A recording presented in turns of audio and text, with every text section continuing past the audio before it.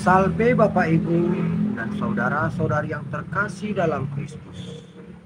Kita bertemu dalam renungan harian Katolik hari Rabu 15 November 2023. Renungan bagi kita hari ini diambil dari Kebijaksanaan 6 ayat 1 sampai 11 dan dari Injil Lukas bab 17 ayat 11 sampai 19.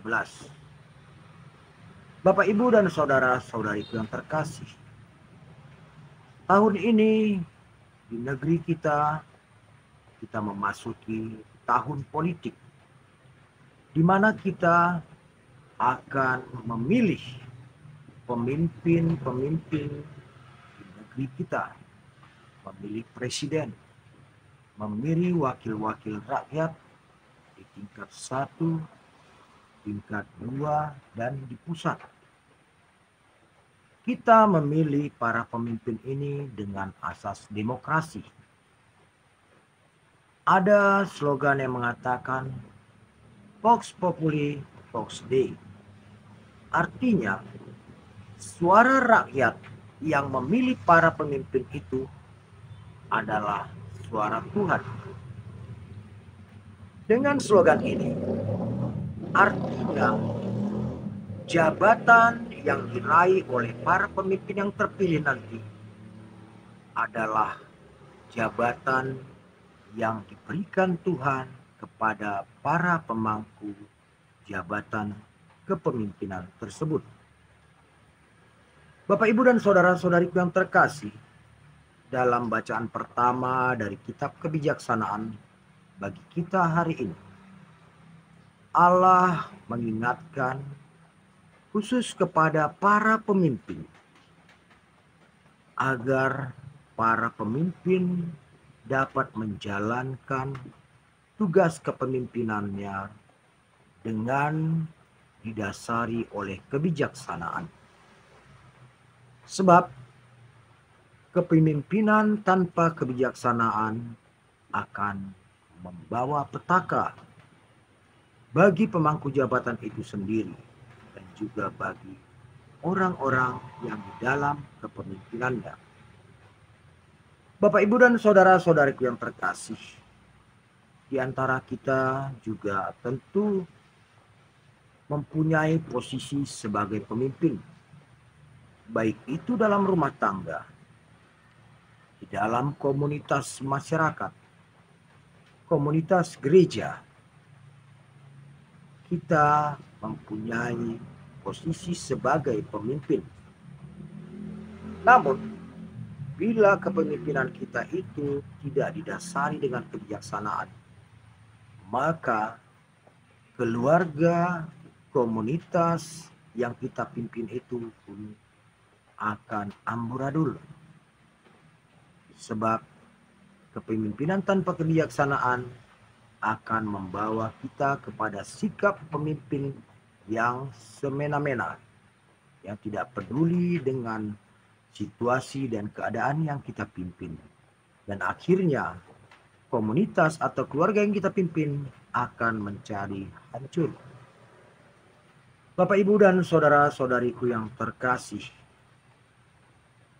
kebijaksanaan ini akan membawa kita untuk tahu bersyukur, untuk menjadi rendah hati, untuk tahu memohon bimbingan dan pertolongan Allah, sehingga dalam melaksanakan tugas kepemimpinan itu kita tetap dalam bimbingan Tuhan.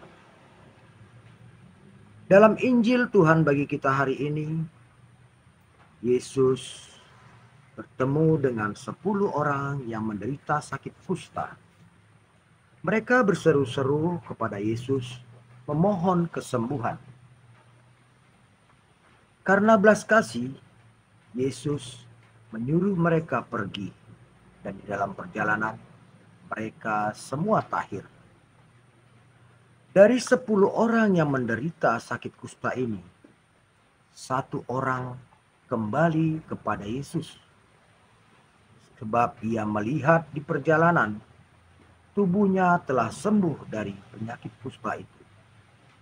Ia kembali kepada Yesus mengucap syukur atas kesembuhan yang ia terima.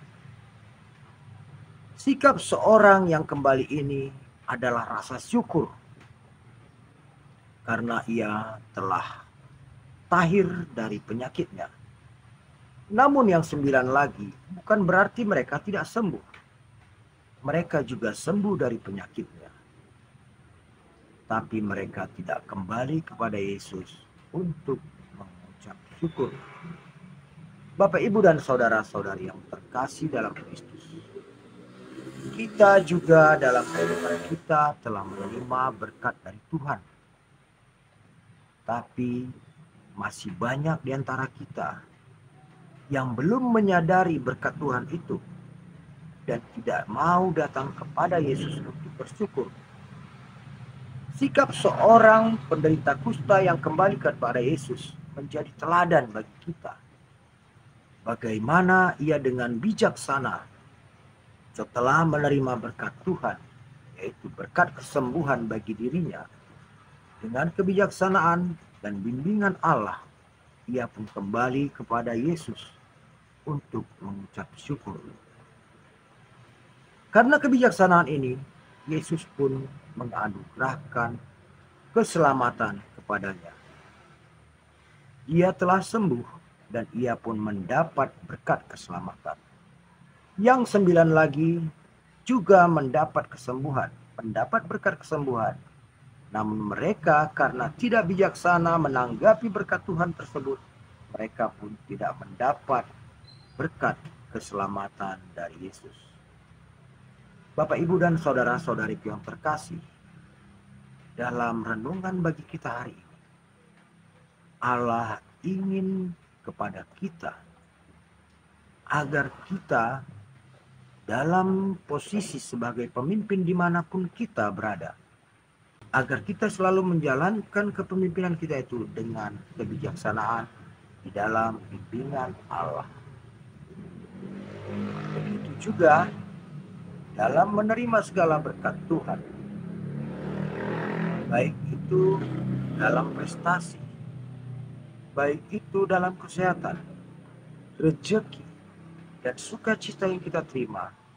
Marilah kita lebih dahulu menanggapinya dengan bersyukur kepada Allah, dan akan membuat kita menjadi pribadi-pribadi yang rendah hati dan siap membagikan sukacita itu kepada siapapun yang kita jumpai, terutama kepada orang-orang lemah yang di bawah kepemimpinan kita.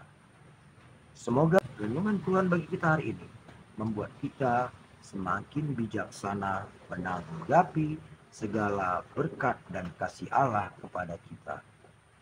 Amin. Tuhan memberkati.